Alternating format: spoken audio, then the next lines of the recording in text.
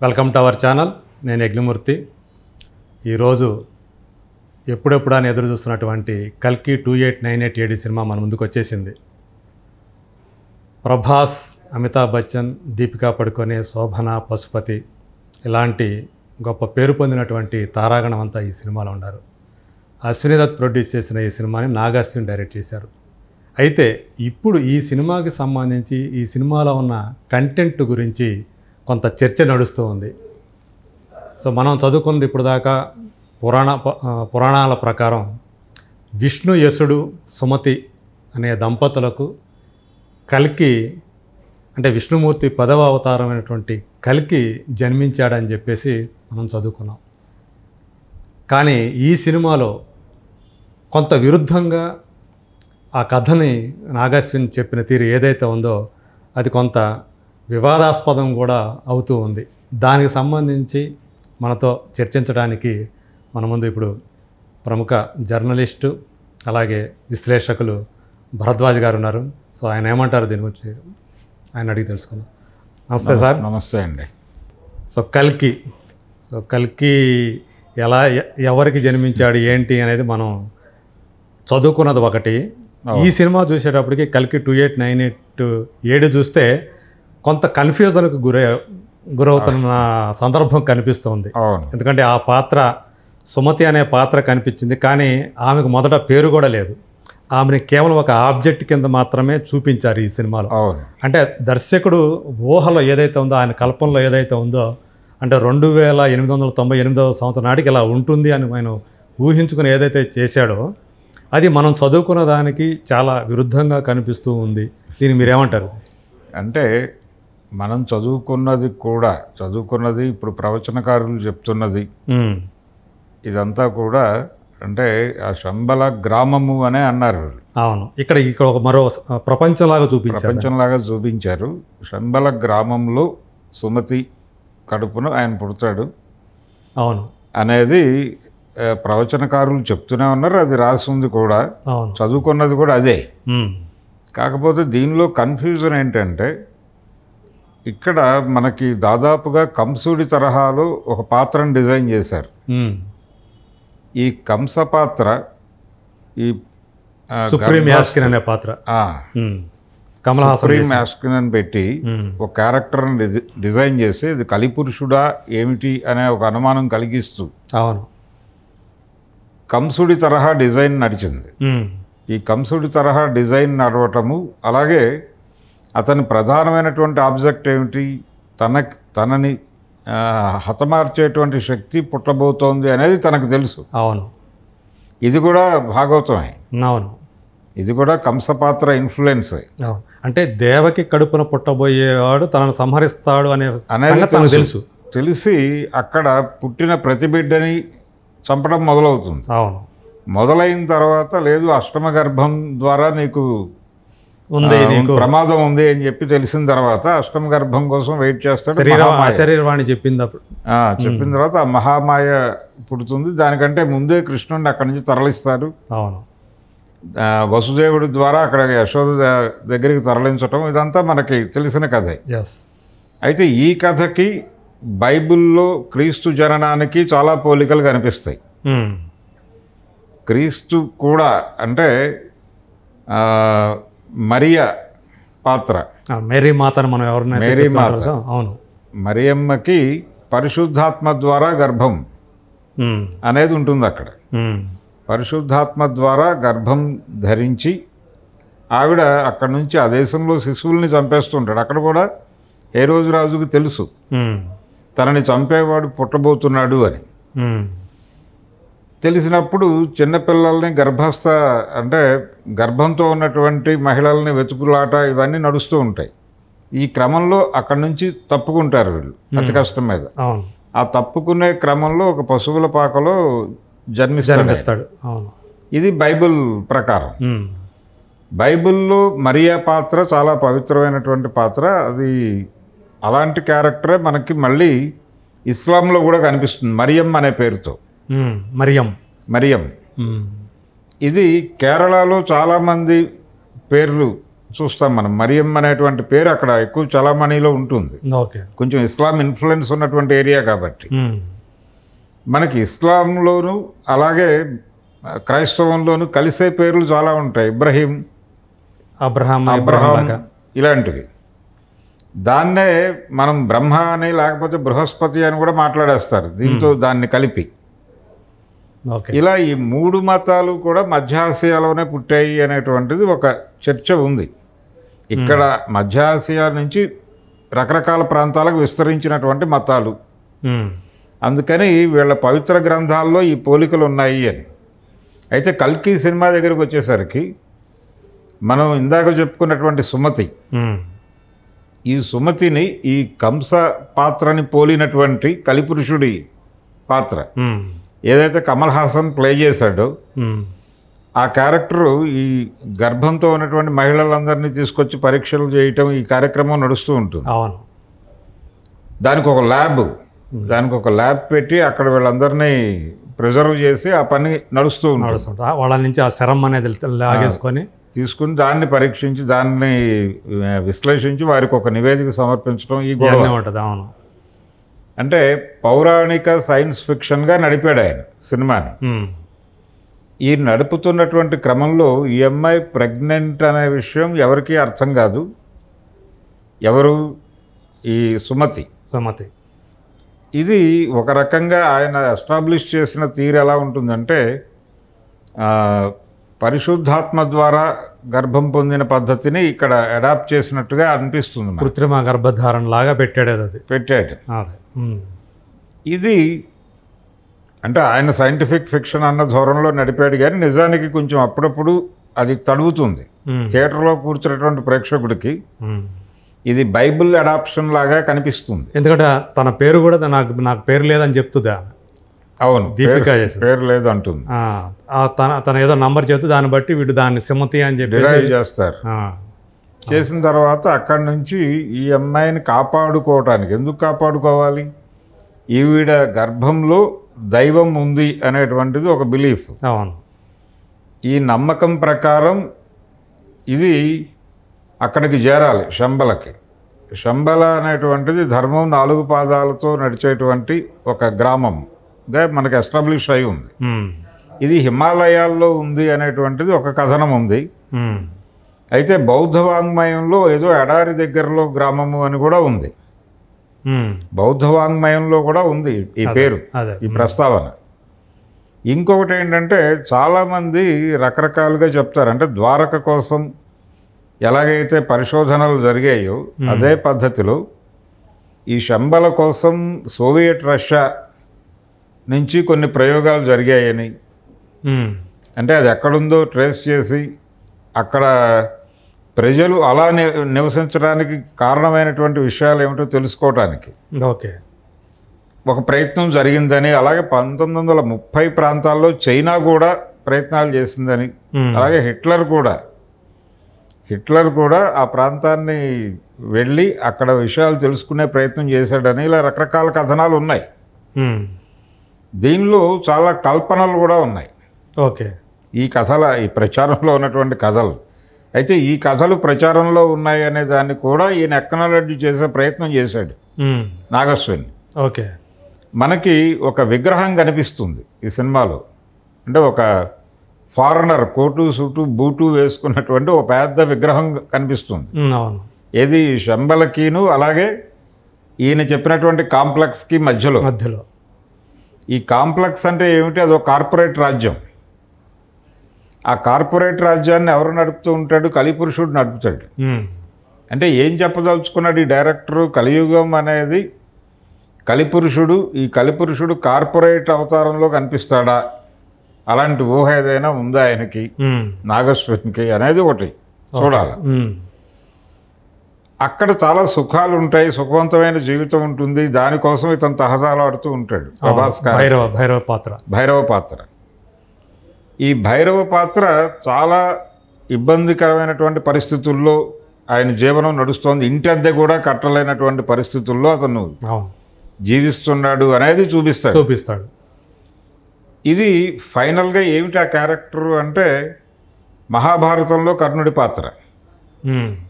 కర్ణుడి పాత్రగా చెప్తాడు చివరికి, క్లైమాక్స్కి తేలుస్తాడు దాన్ని.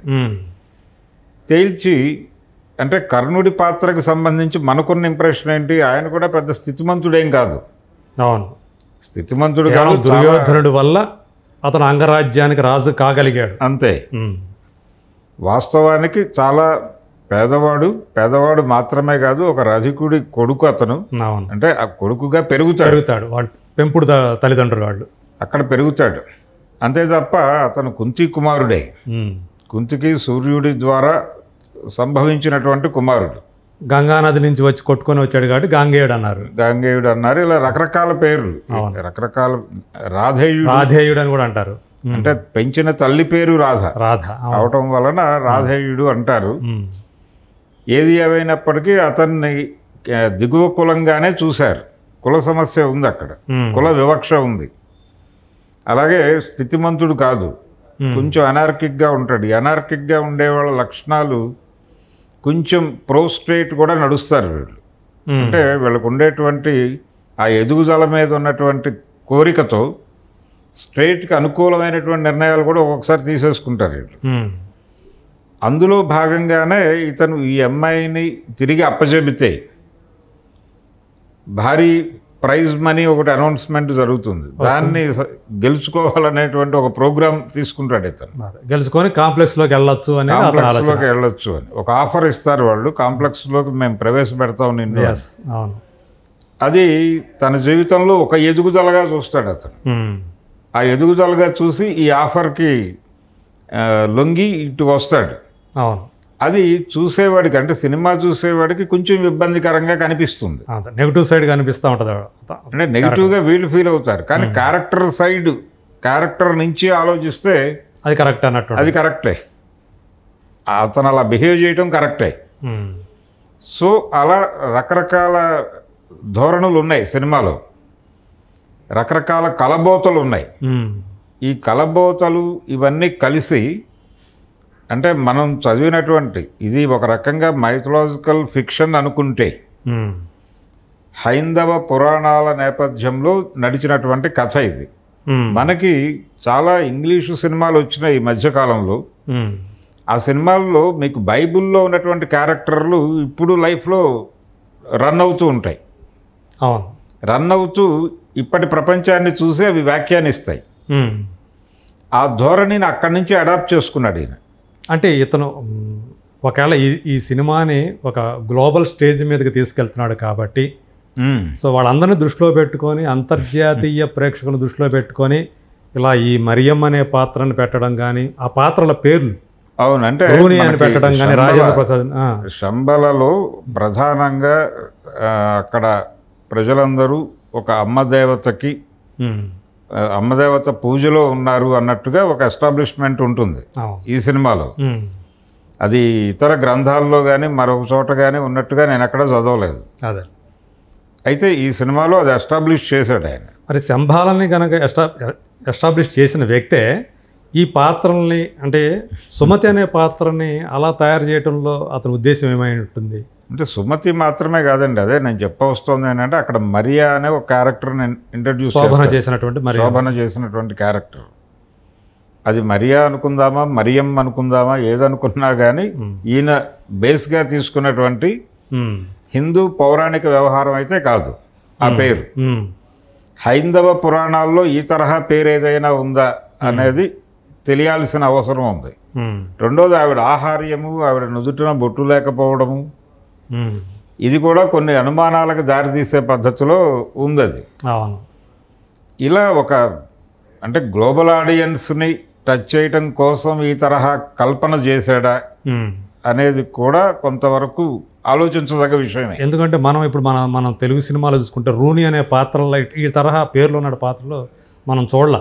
లేదు, ఈ తరహా పాత్రలు లేవు. ఆయన రకరకాల పేర్లు తీసుకున్నాడు.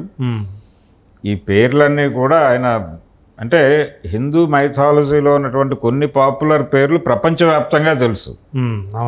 ప్రపంచవ్యాప్తంగా పాపులర్ అయినటువంటి పేర్లే కాబట్టి ఇప్పుడు భగవాన్ శ్రీకృష్ణ అంటే అది ఎక్కడైనా తెలుస్తుంది. అలాగే ఈయన తీసుకున్నటువంటి అశ్వత్థామ క్యారెక్టర్ కూడా తెలుసు, దానికి ఉండే పాపులారిటీ దానికి ఉంది. మిగిలిన క్యారెక్టర్స్ అన్నిటినీ ఆయన తన ధోరణిలో పేర్లు పెట్టుకుంటూ వెళ్ళాడు. అదే పెట్టుకుంటూ కొంత కాంప్లెక్స్ ఇన్ఫ్లుయెన్స్తో ఉన్నటువంటి ప్రపంచంగా చూపించాడు దాన్ని. అంటే ఈ సినిమాలో చూపించినటువంటి ప్రపంచాలు 3 ప్రపంచాలు అన్నాడు ఆయన.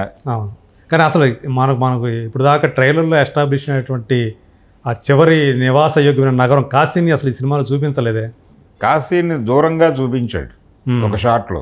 ఓకే, అంటే వీళ్ళు కాశీ నగరానికి చేరుకుంటున్నాము అనే ఆ దీనిలో పెడుతూ ఉండగా చెప్తాడు, అంతేగాని దూరం నుంచి చూపిస్తాడు. అది అంతకుమించి కాశీలోకి వెళ్ళాలి. ఈ సినిమాలో ప్రధానమైన కాన్ఫ్లిక్ట్ కాంప్లెక్స్కి శంబలకి మధ్య. అంటే ధర్మానికి అధర్మానికి మధ్య జరుగుతున్నటువంటి యుద్ధంగానే దీన్ని ఎస్టాబ్లిష్ చేసే ప్రయత్నం చేశాడు. రెండోది, ఈ సినిమాలో ఆయన ప్రధానంగా ఈ ధర్మ పరిరక్షణ యుద్ధానికి 2 సైనికులుగా వాడాడు. ప్రధానమైనటువంటి సైనికులుగా, లేకపోతే ఈ ధర్మ ప్రతిష్టాపన కోసం పనిచేసిన వాళ్ళుగా ఒకటి అశ్వత్థామ క్యారెక్టర్ని తీసుకున్నాడు. నెమ్మదిగా కర్ణుడు కూడా అశ్వత్థామకి తోడై నిలిచినట్టుగా కథ నడుస్తుంది అనేది అర్థమైంది మనకి. చివరికి వచ్చేటప్పటికి ఇది పార్ట్ 2లో ఎస్టాబ్లిష్ కావచ్చు. అయితే ఈ 2 పాత్రలు కూడా మహాభారతంలో కౌరవ పక్షం. అవును, కౌరవ పక్షం అయినటువంటి ఈ 2 పాత్రల్ని తీసుకొచ్చి ఇక్కడ ధర్మాన్ని నిలబెట్టేటువంటి ప్రయత్నంలో భాగంగా ఈ 2 క్యారెక్టర్లని వాడటం అదే అనేది ఒక రకంగా జస్టిఫై చేసుకోవచ్చు ఆయన. ఎందుకంటే ఆ రోజున వాళ్ళు ధర్మాత్ములు కాబట్టే అటువైపు నిలబడ్డారు అనేది ఒక ఎస్టాబ్లిష్మెంట్ భారతంలో ఉంది. భీష్ముడు కావచ్చు, ద్రోణుడు కావచ్చు, వీళ్ళందరూ కౌరవుల పక్షాన ఉన్నప్పటికీ కూడా వాళ్ళు అక్కడ ఉండాల్సిన పరిస్థితి ఉంది కాబట్టి వాళ్ళు నమ్మిన ధర్మం ప్రకారం అక్కడ ఉండటమే ధర్మము అని వాళ్ళు ఫీల్ అయ్యారు కాబట్టి అక్కడ ఉన్నారు. కానీ వాళ్ళు మంచి మనుషులే, వాళ్ళు అక్కడ జరుగుతున్నటువంటి వ్యవహారాల పట్ల ఒక అనుకూలత ఉన్నవాళ్ళు కాదు అనేది ఎస్టాబ్లిష్ చేశాడు. సో దాన్ని సెకండ్ పార్ట్లో ఏదైనా ఎస్టాబ్లిష్ చేస్తాడా, అందుకోసం ఈ 2 క్యారెక్టర్లు తీసుకొచ్చి ఇక్కడ పెట్టాడా నాగశ్విని అనేది ఒక డౌట్. అది పార్ట్ 2 చూస్తే కానీ మనం పూర్తిగా చెప్పలేం. అవును, అయితే ఈ సినిమా చూస్తున్నటువంటి వాళ్ళకి ఇదంతా భారతం, కొంత వార్ సీన్స్ అవి చూపించాడు ఆయన. అలాగే కృష్ణుడి గెటప్, పింఛము, ఆకారము చూపిస్తాడు తప్ప మిగిలినది కూడా అంటే ఆ పాత్రలో ఎవరున్నారు అనేది ఎస్టాబ్లిష్ కాదు. ఇంకొకటి ఏంటంటే ఆ డిజైన్ మనం ఇప్పటిదాకా చూసినటువంటి పౌరాణిక కృష్ణుడి గెటప్ కాదు. అవును, మరి ఆ గెటప్ని ఎందుకు చూస్ చేసుకున్నాడు ఆయన? ఒకవేళ ఇంటర్నేషనల్ మార్కెట్ని అడ్రస్ చేయడం కోసం ఈ తరహా డిజైన్స్ ఉన్నాయి. కృష్ణుడికి సంబంధించి ఇంటర్నేషనల్ మార్కెట్లో హరే కృష్ణ హరే రామ భజన్స్ వీటి ద్వారా ప్రమోట్ అయినటువంటి ఒక కల్ట్ ఉంది. అవును, దాంట్లో ఈ తరహా ఇమేజ్ ఉంది. ఆ కేశ అలంకరణ అదంతా కూడా ఒక డిఫరెంట్ కనపడుతుంది. మనకు తెలిసిన దానికి భిన్నంగా ఉంటుంది. ఆ గెటప్ని అక్కడి నుంచి అడాప్ట్ చేసి గ్లోబల్ ఆడియన్స్ కోసం ఆ తరహా డిజైన్ చేశాడా అనేది ఒక డౌట్. నిజానికి వాళ్ళ లోగోలో ఉన్నటువంటి ఎన్టీ రామారావుని యాజ్ ఇట్ ఈజ్గా రీక్రియేట్ చేసి ఆ 3-4 సన్నివేశాలకి వాడుంటే బాగుండేది. అదే అంటే తెలుగు ప్రేక్షకులకి, పర్టికులర్గా సౌత్ ఇండియన్ ఆడియన్స్కి, ఇండియన్ ఆడియన్స్కి కూడా కనెక్ట్ అయ్యేది అది. కానీ అది జరగల. ఆ తరహా సర్ప్రైజ్ ఏమన్నా ఉంటుందేమో అనే ఒక డౌట్ వచ్చింది, కానీ అది జరగల. కానీ ఆ గెటప్కి సంబంధించి మాత్రం అది అంతర్జాతీయంగా ఉన్నటువంటి కృష్ణ కల్ట్కి అడ్రస్ చేయడం కోసం ఆ డిజైన్ ఎన్నుకున్నాడేమో డైరెక్టర్ అనిపిస్తుంది. అట్లా ఆ డిజైన్ ఉంది. మళ్ళీ అర్జునుడి పాత్రకు వచ్చేసరికి అది మనం పురాణాల్లో ఎలా చూసామో అలాగే ఉంది. అలా చూపించారు, అలాగే అదే గెటప్. కిరీటం లేదు, కాదు, రథము అదంతా చూపించారు. ఇవన్నీ ఆ తరహా ఎస్టాబ్లిష్మెంట్ విజయ్ దేవరకొండ మీద చూపించారు. సరే, డైలాగ్కి సంబంధించినటువంటి గ్రాంధికం గొడవ అదంతా ప్రాపర్గా డెలివరీ అయిందా లేదా అనేది వేరే చర్చ. కానీ విజయ్ దేవరకొండ ఒక సర్ప్రైజ్ ఎలిమెంటే ఈ సినిమాలో. అలా ఇంకో 2-3 సర్ప్రైజులు పెట్టుకున్నాడు ఆయన. కదా ఎస్టాబ్లిష్ అయినట్టు లేవు కదా, ఎస్టాబ్లిష్ కాలేదు కానీ ఊరికి నచ్చారు. ఒక రాజమౌళి కానీ. అవును, జస్ట్ సర్ప్రైజ్ చేయటం కోసం పెట్టాడు అంతే. ఈ సర్ప్రైజింగ్ ఎలిమెంట్స్లో భాగంగా కృష్ణుడి పాత్రలో ఎన్టీఆర్ని గనక రీక్రియేట్ చేసుంటే కొంచెం మైలేజ్ వచ్చుండేది వాళ్ళకి. అవును, కానీ అది జరగలేదు. రెండోది, ఈ సినిమాలో నాకు అనిపించినటువంటి ఇదేంటంటే లోపం, మీకు ఫస్ట్ హాఫ్ అంతా చాలా డ్రాగ్గా కనిపిస్తుంది. అవును, అంటే ఏది నడుస్తుంది అంటే ఆడియన్స్ ఏదో ఒక లోకంతో ఐడెంటిఫై కావాలి, ఐడెంటిఫై చేయాలనుకున్నాడు అతను. అంటే ధర్మానికి గ్లాని జరుగుతోంది అనేది అక్కడ జనాలు ఫీల్ అయ్యే లెవెల్లో సన్నివేశ కల్పన జరగాలి. అది జరగల. అది హాలీవుడ్ లెవెల్లో నేను సినిమా టేక్ చేస్తున్నాను అనే దీనిలో ఉన్నాడు తప్ప ఎమోషన్స్ రైజ్ చేసేటువంటి సన్నివేశ నడక కనిపించలేదు. ఈవెన్ రాజేంద్ర ప్రసాద్ పోషించినటువంటి క్యారెక్టర్ నిడివి తక్కువే అయినప్పటికీ ఆ ఏరియాలో కొంచెం కనిపించింది, కొంచెం పెయిన్ కనిపించింది, అక్కడ పెయిన్ కనిపించింది. కానీ అది ఎస్టాబ్లిష్ కాలా, కంటిన్యూషన్ లేదు అక్కడ. మీకు అక్కడ ఆ క్యారెక్టర్ ఎక్కడైతే ఎండ్ అయిపోయిందో అక్కడ మళ్ళీ తెగిపోయింది. అంటే కంటిన్యూషన్ లేకపోవడానికి కారణం ఏంటంటే అతను ఒక మిషన్ మీద వస్తాడు అక్కడికి. అదే మిషన్ మీద వాళ్ళ సొంత వాహనంలో వస్తాడు. వచ్చిన తర్వాత అక్కడ ఎవరో అడ్డుకునే ప్రయత్నం చేస్తే వీళ్ళ ఆర్మీ బయటకు వచ్చి గొడవ చేస్తుంది. అవును, కాబట్టి ఒక పెయిన్ క్రియేట్ చేయాలి. అంటే శంబలకి సంబంధించిన వాళ్ళ సఫరింగు ఇవన్నీ కూడా ఆడియన్స్ని కదిలించేలాగా నడపాలి. ఇది ఫిక్షనే అనుకుందాం. ఇది భారతీయ పురాణాల్లో ఒక విచిత్రమైన అంశం ఏంటంటే ఏన్షియంట్ ఇండియన్ హిస్టరీ అని విడిగా మనకి చరిత్ర రాసినటువంటి గ్రంథాలు తక్కువే. ఈ ఏన్షియంట్ ఇండియన్ హిస్టరీకి సంబంధించినటువంటి చాలా వివరాలు, చాలా విశేషాలు పురాణాల్లో దొరుకుతాయి. అవును, అలాగని చెప్పి పురాణాలని చరిత్ర అని కూడా చెప్పలేము. పురాణాలని చరిత్ర అని చెప్పలేము, కానీ ఏన్షియంట్ ఇండియన్ హిస్టరీకి సంబంధించిన ఆనుపానులు అక్కడ ఉన్నాయి. అంటే పూర్తిగా చరిత్ర కాకపోవచ్చు, కానీ చరిత్రకి ఎవరికి వాళ్ళు తమ సొంత ఇంటర్ప్రిటేషన్స్ కల్పనలు జోడించి చేయటం వల్ల అవకాశం ఉంది అక్కడ. విడిగా మనకి ఇప్పుడు జవహర్లాల్ నెహ్రూ గారు రాసినటువంటి ఆయన రాసినటువంటి ప్రసిద్ధ గ్రంథం ఉంది కదా, అవును, డిస్కవరీ ఆఫ్ ఇండియా. అవును, ఆ డిస్కవరీ ఆఫ్ ఇండియాలో కూడా ఆయన ఇండియన్ మైథాలజీ మీద ఆధారపడే చరిత్రను చెప్పే ప్రయత్నం చేశాడు. ఆ తరహా ధోరణి చాలామంది చరిత్రకారులకు ఉంది. అలాగని చెప్పి భారతీయ పురాణాలని చరిత్ర అనుకునే పరిస్థితి కూడా లేదు. ఆ ఎరుకతో చూడాలి ఈ సినిమాని. చూసినప్పుడు అనేక అనుమానాలు దొరుకుతాయి. ఏమిటి ఇలా నడుస్తుంది అంటే ఏ రకమైనటువంటి ఎమోషన్ని పలికించలేకపోవడం వలన సన్నివేశాల ద్వారా ఆడియన్స్ని ఏడిపించాలి కదా, ఎమోషనలైజ్ చేయాలి కదా, కోపం రావాలి విలన్ మీద. విలన్ గెటప్ బాగుంది, ఇదంతా సెట్టింగ్ బాగా వేశారు, కొంచెం భయం కలిగించాడు, ఇవన్నీ ఓకే, బాగానే ఉంది. కానీ ఆ విలన్ మీద కోపం వచ్చే ఇలాంటి సన్నివేశ కల్పన ఎక్కడుంది? అది జరగల. అందుకని మీకు ఫస్ట్ హాఫ్ అంతా కూడా కొంచెం డ్రాగ్గా కనిపిస్తుంది, కొంచెం నిద్ర పట్టేలాగా కూడా నడిచింది సినిమా ఫస్ట్ హాఫ్ వరకు. సెకండ్ హాఫ్లో ఆయన ఏం చెప్పదలుచుకున్నాడో అదంతా ప్యాక్ చేసి సెకండ్ హాఫ్కి నడిపాడు. అంటే మేబీ వీళ్ళు మొదట వీళ్ళ ప్లానింగ్లో ఒకటే సినిమా ఇది, పార్ట్ 2 లేదు. ఇది బిగిన్ చేసినప్పుడు ఈ ఐడియా ప్రారంభంలో వీళ్ళు కల్కి అనే టైటిల్తో ఒక సినిమా చేయాలనుకున్నారు అంతవరకు. తర్వాత ఈ పార్ట్ 2 అనేది యాడ్ అయింది. యాడ్ అయిన తర్వాత దీనికి ఫస్ట్ పార్ట్ 1 అంటే ఫస్ట్ హాఫ్ యాడ్ చేశారు వీళ్ళు. దీన్ని వాళ్ళు ఇప్పుడు కూడా రిలీజ్కి కూడా ఇది ఫస్ట్ పార్ట్ అని కూడా ఎక్కడా చెప్పలేదు. అవును, కానీ మనకి టు బి కంటిన్యూడ్ ఇలా వేశాడు. అవును, సినిమాలో చివరిలో చెప్పాడు కదా పార్ట్ 2 ఉంటుంది అనేది, సినిమాటిక్ యూనివర్స్ కంటిన్యూస్ అని చెప్పేసి పెట్టాడు. అవును, అది పెట్టాడు. అలాగే వాళ్ళు పార్ట్ 2 ఉంటుంది అనేది చెప్పారు చివరిలో. అదే అంటే ఇంకా అది ఇందులో అసలు ఏం జరగలేదు కదా, కలికే రాలేదు, కలి ఉన్నాడు, కలిపురుషుడు ఉన్నాడు, కలిపురుషుడు ఉన్నాడు, ఇంకా కలికి ఇంకా రాలేదు, కలికి పుట్టలేదు, ఇంకా పుట్టలేదు. కలికి మాత శంబల చేరింది. అది ఈయన గుర్తించాడు, అశ్వత్థామ గుర్తించాడు.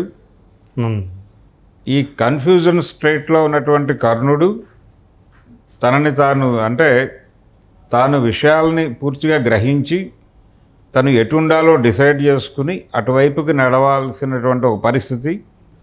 దానికి కొంత అశ్వత్థామ నుంచి ఆయనకు తెలియజేసే ప్రయత్నం, ఒక స్ఫూర్తి, అంటే ఇది విషయం అని తనకు చెప్పే ప్రయత్నం జరగాలి. అంటే కర్ణుడే తన ఎదురుకుండా తనతో దెబ్బలాడుతున్నది పూర్వజన్మలో కర్ణుడే అనేది గుర్తించడం వరకు నడిపాడు. అశ్వత్థామ గుర్తించాడు. అతనికి తెలియదు, భైరవ్కి తెలియదు, అతనికి చెప్పాలి. ఇదంతా పార్ట్ 2కి పెట్టుకున్నాడు. మేబీ ఆయన సెకండ్ పార్ట్ అనుకుని ఉంటాడు అప్పుడు, అంటే సెకండ్ హాఫ్ అనుకుని ఉంటాడు. ఇప్పుడు ఆ సెకండ్ హాఫ్ అంతా తీసుకెళ్ళి పార్ట్ 2 చేశారు. పార్ట్ 2 చేసినప్పుడు ఈ పార్ట్ 1 తాలూకా లెంగ్త్ పెంచాల్సిన పరిస్థితి వచ్చి కొన్ని సన్నివేశాలు ఎస్టాబ్లిష్మెంట్ కోసం అనుకున్న సన్నివేశాల నిడివి పెరిగి మీకు ఫస్ట్ హాఫ్ మీద పడింది ఆ భారం. ఇప్పుడు రిలీజ్ అయినటువంటి కల్కి పార్ట్ 1 ఫస్ట్ హాఫ్ మీద ఆ భారం పడటం వలన మీకు లాగ్ అనిపిస్తుంది సినిమా. రాజేంద్ర ప్రసాద్ ఎపిసోడ్ వరకు బాగానే ఉంది, ట్రావెల్ అవుతారు జనాలు. అక్కడి నుంచి వచ్చినటువంటి సన్నివేశాలన్నీ కూడా అంటే వైరిపక్షం తాలూకా అగ్రెసివ్నెస్ని బాగానే ప్రొజెక్ట్ చేశారు. కానీ యువతల వాళ్ళ సఫరింగ్ కూడా చూపించాలి కదా, వీళ్ళ హృదయాలు కదిలేలాగా. ఇంత దుర్మార్గుణ్ణి ఎలిమినేట్ చేయడానికి ఒక శక్తి రావాలి అని ఆడియన్స్ కూడా ప్రార్థనలు చేసే లెవెల్కి నడపాలి. అది కనిపించలే, ఆ డెప్త్ కనిపించలేదు. అయినప్పటికీ ప్రజలు ఎందుకు ఆ సినిమా చూసి బయటకు వచ్చి పర్వాలేదు, బాగుంది, ఈ మాటలు మాట్లాడుతున్నారు అంటే టేక్ చేసినటువంటి పద్ధతి, ఒక కొత్త ప్రపంచాన్ని సృష్టించిన పద్ధతి, ఒక కొత్త ప్రపంచంలోకి ప్రేక్షకుల్ని తీసుకెళ్ళినటువంటి అనుభూతి కలిగించగలిగాడు. రెండోది, మనం హాలీవుడ్లో ఈ మధ్య కాలంలో పిల్లలు చూస్తున్నటువంటి మార్వెల్ సిరీస్ చూస్తున్నారు కదా.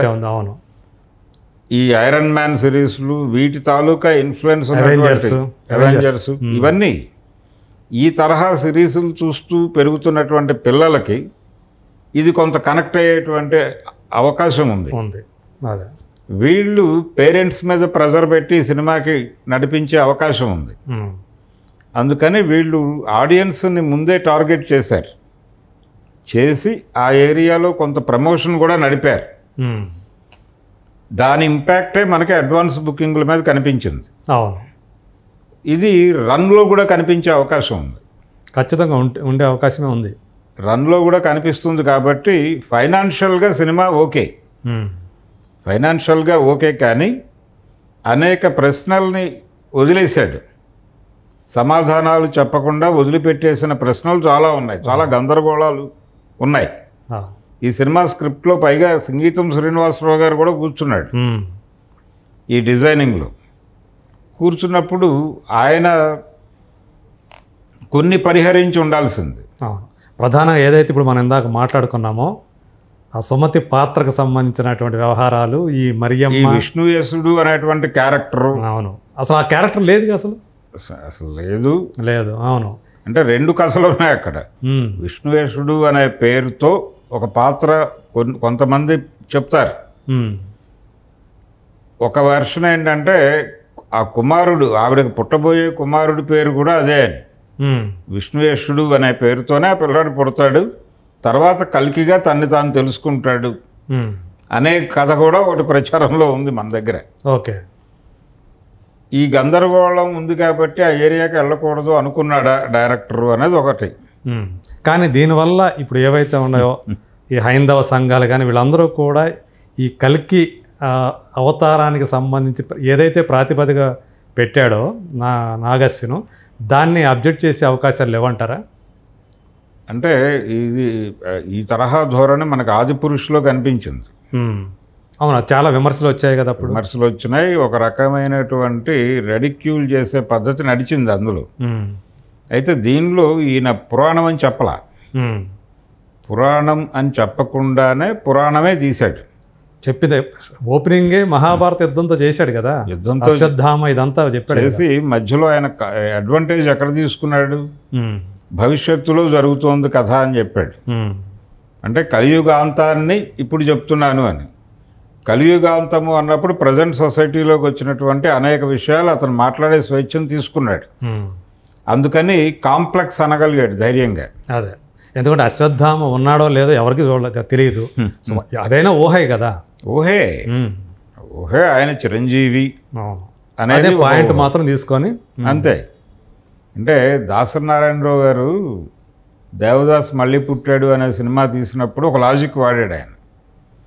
ఎవరైనా చనిపోయిన వాళ్ళు మళ్ళీ పుడితే వాళ్ళకి ఆ పాత రూపమే వస్తే ఆ పాత జన్మ తాలూకా స్మృతులు ఉండవు. అలా కాకుండా వేరే రూపంతో పుడితే వాళ్ళకి ఆ పాత జన్మ తాలూకా స్మృతులు ఉంటాయి. ఓకే, రూపమా స్మృతులా ఏదో ఒకటే క్యారీ ఫార్వర్డ్ అవుతుంది అనేది ఆయన ఆ పాయింట్ తీసుకొని చెప్పాడు. అనే లాజిక్ మీద ఆధారంగా ఆ కథ డిజైన్ అయింది. అవును, అట్లా ఈయన కూడా ఏదో ఒక లాజిక్ పట్టుకున్నాడు. పట్టుకొని నేను భవిష్యత్తు చెప్తున్నాను కాబట్టి భవిష్యత్తు ప్రపంచం ఎలా ఉంటుంది అనేది చెప్తున్నాననే ఉద్దేశంతో కాంప్లెక్స్ అనేది తీసుకున్నాడు. అవును, ఈ కాంప్లెక్స్ అనే ఆలోచన కూడా హాలీవుడ్ నుంచి అడాప్ట్ చేసుకున్నది. ఈ మార్వెల్ సిరీస్లోను వీటిలోనూ కనిపించే కాంప్లెక్సే అది. దాన్ని అవతారు ఇది కూడా కనిపిస్తుంది, ఆ వాహనం ఇవన్నీ.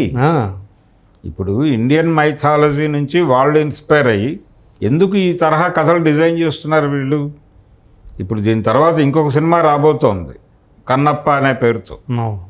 ఎందుకు ఈ తరహా కథలు ఎంపిక చేసుకుంటున్నారంటే థియేట్రికల్ ఎక్స్పీరియన్స్ కలిగించకపోతే థియేటర్లకు జనాలు రారేమో అని ఒక అనుమానం.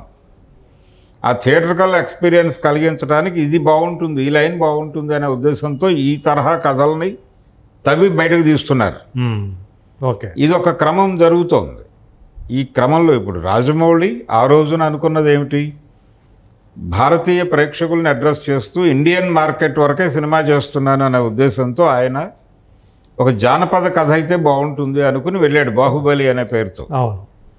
ట్రిబుల్ ఆర్ కూడా అలాంటి డిజైనే వేసుకున్నాడు ఆయన. మార్కెట్ నిర్మాణమే అది. ఆంధ్ర మార్కెట్ కోసం ఒక హీరోని, అలాగే అంటే సీతారామరాజుని, అలాగే తెలంగాణ మార్కెట్ కోసం కుమరం భీమ్ని తీసుకుని వాళ్ళిద్దరిని రామాంజనేయులుగా మార్చడం ద్వారా జాతీయ మార్కెట్ని పట్టుకోవడం అనే వ్యూహంతో చేసిన స్క్రిప్ట్ వర్క్ అది. అంతకు మించి ఏమీ లేదు దానిలో. అదే, అలాగే అఖండ సినిమా విజయోత్సవ సభలో అల్లు అరవింద్ గారు ఒక మాట అన్నాడు. ఇదే సినిమాని వైష్ణవానికి గనక పెట్టి పాన్ ఇండియా లెవెల్లో తీస్తే ఇదే రేంజ్ సక్సెస్ అక్కడ కూడా సాధించవచ్చు అని చెప్పాడు. అది అంటే సినిమా పరిశ్రమకు సంబంధించి చాలామంది దీని గురించి ఆలోచిస్తున్నారు. అదే, అంటే మార్కెట్ గురించి ఆలోచిస్తున్నారు.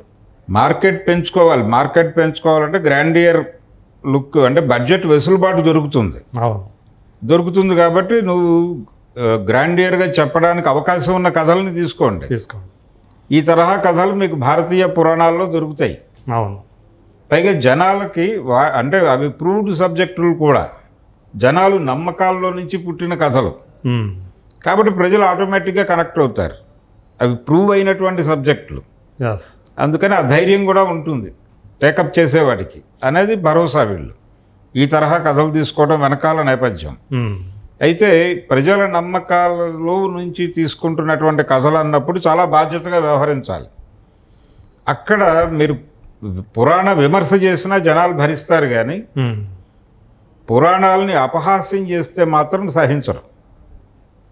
ఈ ప్రమాదం ఉంది. అవును, కాబట్టి ఈ తరహా కథలు తీసుకుని కొంత మేము చొరవ తీసుకుంటాము అనేటువంటి డైరెక్టర్లు మనం కత్తి మీద సాము చేస్తున్నాము అని నిరంతరం అనుకోవాలి. పాత్రల పేర్లు, పాత్రలకు తీసుకునేటువంటి నటులు, వీళ్ళందరి మీద కూడా ఆడియన్స్ దృష్టి ఉంటుంది. అవును, ఈవెన్ ఇప్పుడు రామాయణం తీస్తూ దానిలో రావణ పాత్ర కోసం ఒక ముస్లింని తీసుకున్నప్పుడు చాలా చర్చ జరిగింది ఆదిపురుషులకు సంబంధించి. ఇది జరుగుతుంది, ఎవరు చేసినా జరుగుతుంది. ఎవరు చేసినా దాని తాలూకా మనోభావాలు గాయపడటానికి సిద్ధంగా ఉంటాయి. అదే ఈ ప్రమాదాన్ని కూడా గుర్తించాలి. ఈ ప్రమాదాన్ని గుర్తించి సాధ్యమైనంత వరకు ఆ తరహా వివాదాల్లోకి సినిమా వెళ్లకుండా చూసుకోవాలి డైరెక్టర్. పైగా అతను కేవలం డైరెక్టర్ మాత్రమే కాదు, ప్రొడక్షన్ సైడ్ కూడా ఇతను ఇచ్చినటువంటి ప్రాజెక్ట్ రిపోర్ట్ ఆధారంగానే బడ్జెట్ కేటాయించారు వాళ్ళు 600 కోట్లు అనేది. ఇది ఒక రకంగా ప్రస్తుతానికి ఉన్నటువంటి రిపోర్టు ప్రకారం అయితే సినిమా పాజిటివ్గానే, జనాలు ఇబ్బందులు ఉన్నప్పటికీ, ఫస్ట్ హాఫ్ లాగ్ అయినప్పటికీ బయటకు వచ్చి అయితే బాగాలేదు సినిమా అనే మాట అంటలేదు. అవును, అది ఒక పాజిటివ్ ఇది ఒకటి ఈ సినిమా సంబంధించి. సో డబ్బులు వచ్చేస్తాయి, డబ్బుల ఫ్లో ఆల్రెడీ మొదలైపోయింది. ఇది రన్ కూడా కలిసి వచ్చేటువంటి కథ అనేది అర్థమవుతోంది. సో రన్ వచ్చేస్తుంది. వారమా, 10 రోజుల, 20 రోజుల అనేది దాని భవిష్యత్తు. డబ్బులు వచ్చేస్తున్నాయి కాబట్టి ఎవరికి వాళ్ళు హ్యాపీనే, ఎవరి లెవెల్లో వాళ్ళు హ్యాపీయే. కానీ ఈ తరహా కథలు డిజైన్ చేసేవాళ్ళు ఈ లోపాలు జరగకుండా చూసుకోవాల్సినటువంటి అవసరం అయితే ఉంది. చూద్దాం, అంటే ఈ నెక్స్ట్ పార్ట్లో మరి ఆయన ఎలా దీన్ని ఇంకా ఎలా చూపించబోతున్నాడు. ఎందుకంటే అప్పుడు ఇంకా అశ్వత్థామ, కర్ణుడు కలుస్తున్నారు కాబట్టి. అవును, అది ఇంకెంత అంటే మొత్తం నేను అనుకోవడం ఏంటంటే కంటెంట్ పరంగా ఇంకా మరింత రసవత్తరంగా ఉండబోతుంది. ఎందుకంటే ఇప్పుడు దాకా వాళ్ళు కంసుడిని ఢీకొనలా, కలిపురుషుని ఢీకొనలేదు. సో ఆ నెక్స్ట్ మూవీలో అది కూడా జరగబోతుంది కాబట్టి ఇంకా మరింత ఆ కనెక్టివిటీ ఏదైతే ఉందో ఈ సినిమాలో కొంచెం తగ్గిందని మనం అనుకుంటాం కదా, అది ఉండే అవకాశం ఉందని చెప్పేసి అనుకుందాం. అలాగే కర్ణుడి చాపము, కర్ణుడి ధనస్సు అది అశ్వత్థామ చేతిలో చేతికర్రగా పెట్టాడు. అవును, అది ఆ డిజైనింగ్ బాగానే ఉంది. అవును, ఆ కర్ర అతని చేతిలోకి వెళ్ళగానే దానిలోకి ఒక పవర్ వచ్చినట్టుగా దానికి సంబంధించిన ఒక ఎస్టాబ్లిష్మెంట్ డైలాగ్ పెట్టాడు. అవును, అది అంటే ప్రభాస్ చేతికి వస్తే ఎలా అయిందో చూసాం కదా మనం. అది దాన్ని ఒక డైలాగ్లో చెప్తాడు అతను. అమితాబ్తో ఒక డైలాగ్ చెప్పించారు, ఇది నా చేతిలో ఉంది కాబట్టి ఇలా ఉంది, ఇది ఎవరి చేతిలో ఉండాలో వాళ్ళ చేతిలో ఉంటే ఇది వేరే రకంగా ఉంటుంది అని చెప్తాడు. అది కొంత చూపించే ప్రయత్నం చేశాడు. ఇలాంటివి కొన్ని జనాలకు కొంచెం ఉత్సాహాన్ని నింపే సన్నివేశాలు కూడా ఉన్నాయి. కానీ అవి మాత్రమే చాలదు. అది కాంప్లెక్స్ మీద జనాల్లో కోపం రైజ్ చేసేటువంటి సన్నివేశాలు ఒక 2-3 పడి ఉంటే ఇంకా నెక్స్ట్ లెవెల్కి వెళ్ళేది. అది లోపం సినిమాలో. Okay sir, thank you so much. Thank you.